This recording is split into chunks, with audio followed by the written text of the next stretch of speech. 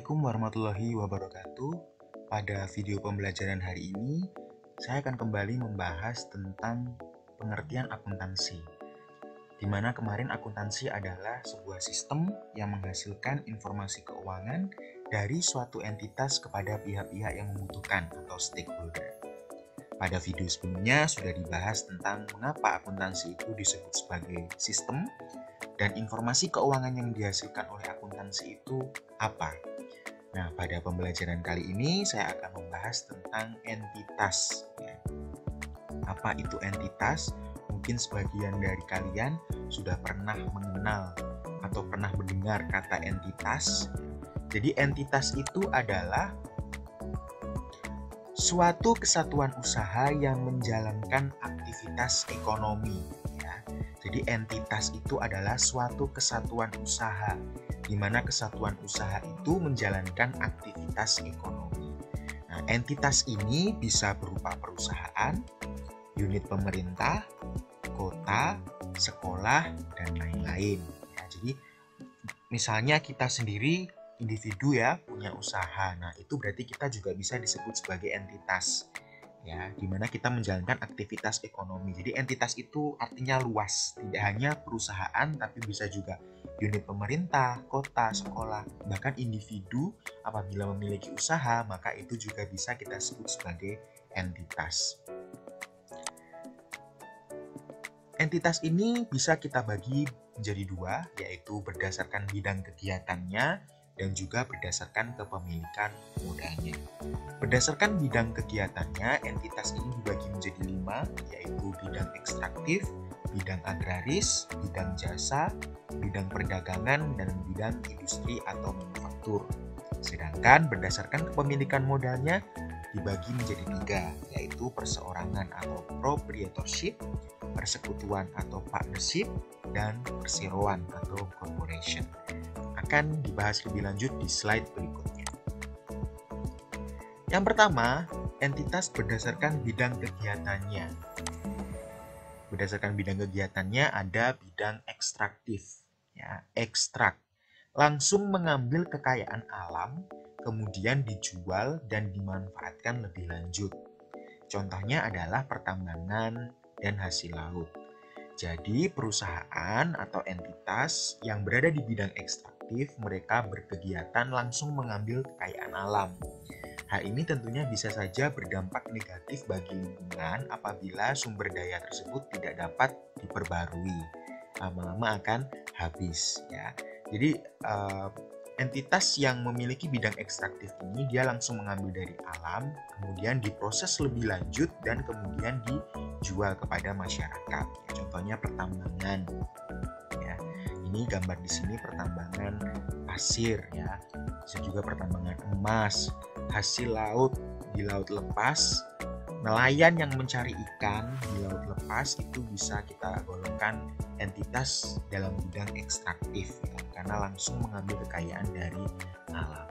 Berikutnya adalah bidang agraris ya, tentu kita sering mendengar kata agraris. Agraris ini terkait dengan hal-hal yang berbau pertanian, perkebunan, yaitu kita sebut agraris ya, di mana entitas bidang ini dia mengelola sumber daya alam kemudian dijual. Bedanya dengan ekstraktif, kalau ekstraktif itu materinya sudah ada di tanah, kita ambil gitu. Kalau misalnya agraris, kita yang membibit dari awal, kemudian hasilnya kita panen, lalu kita jual gitu ya. Contohnya adalah bidang pertanian, perkebunan, dan juga peternakan. Agraris, jadi petani itu bisa kita golongkan sebagai entitas di bidang agraris ya.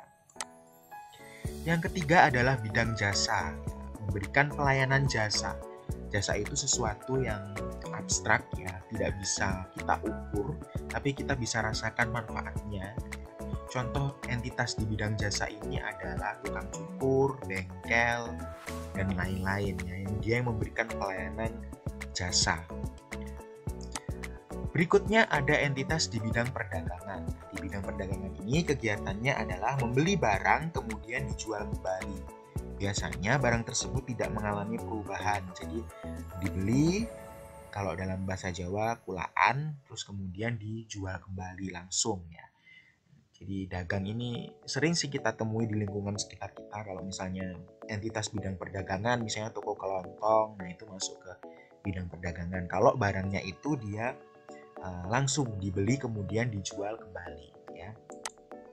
Kemudian ada bidang industri atau manufaktur. Nah, di sini mengolah atau mengelola bahan baku, kemudian menjadi produk setengah jadi, lalu menjadi produk jadi. Ya, pabrik, industri itu pabrik, ya, manufaktur istilahnya kalau dalam akuntansi, ya. Jadi dari mulai awal bahan baku, misalnya industri mebel itu dari kayu, kemudian dibentuk setengah jadi, kemudian dicat, dipelitur, akhirnya menjadi almari, misalnya seperti itu. Jadi mengolah dari awal dari bahan baku kemudian menjadi produk jadi. Nah, dari produk jadi itu baru nanti dijual, ya, kepada konsumen. Ini adalah bidang industri atau manufaktur, ya.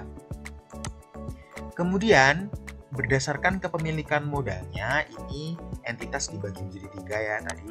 Yang pertama adalah entitas perseorangan atau proprietorship, di mana entitas perseorangan ini kepemilikannya tentu dimiliki oleh satu orang. Jadi satu orang itu yang menjadi manajernya, menjadi operatornya, administrasinya, keuangan, semua dikelola oleh satu orang tersebut karena kepemilikannya hanya satu orang itu, ya.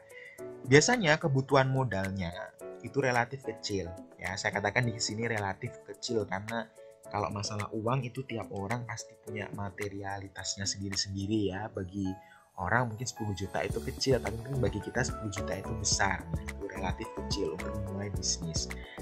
Lalu bagaimana ketika perusahaan itu nanti menerima keuntungan atau laba, maka laba itu akan diambil atau diterima oleh pemiliknya. Kalau rugi ya menjadi rugi pemilik, dan secara pribadi akan bertanggung jawab juga atas semua utang bisnis, ya, utang dari entitas tersebut, ya. Jadi ya memang resikonya karena memang usahanya milik satu orang, jadi ya orang tersebut akan bertanggung jawab penuh terhadap usaha tersebut. Ini perusahaan perseorangan. Yang kedua adalah persekutuan atau partnership. Ya, persekutuan atau partnership ini biasanya dimiliki oleh 2 orang atau lebih sebagai mitra. 2 orang atau lebih ini nanti akan membuat perjanjian pendirian. Nah, kemudian nanti juga akan melakukan perjanjian modalnya seberapa yang disetorkan. Nah, apabila nanti memperoleh laba, maka laba tersebut akan dibagi sesuai dengan perjanjian tersebut. Jadi sesuai dengan proporsi modal yang disetor.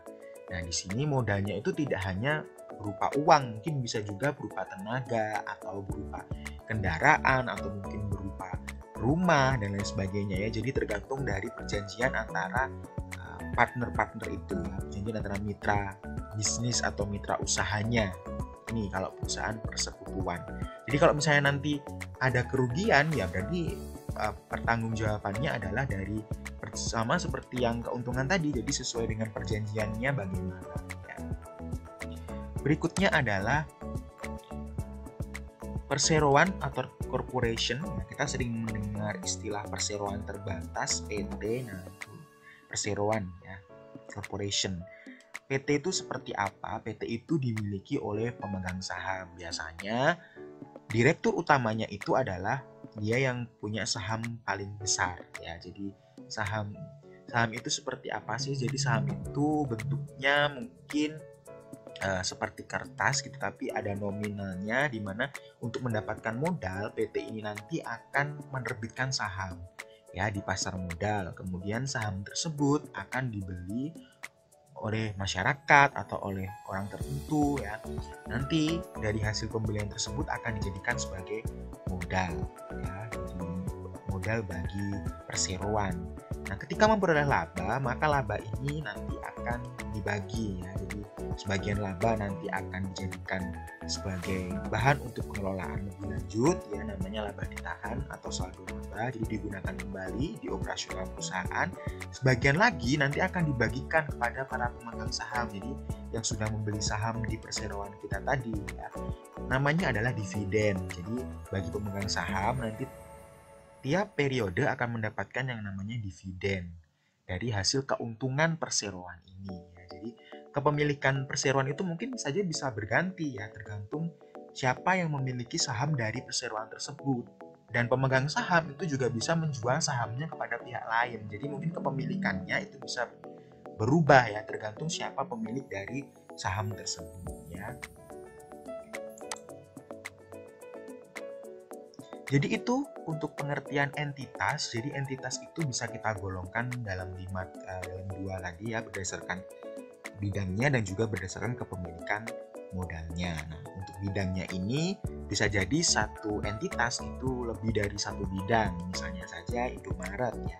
Indomaret itu kalau kita lihat mungkin dia bidangnya adalah perdagangan, tapi saat ini sudah berkembang.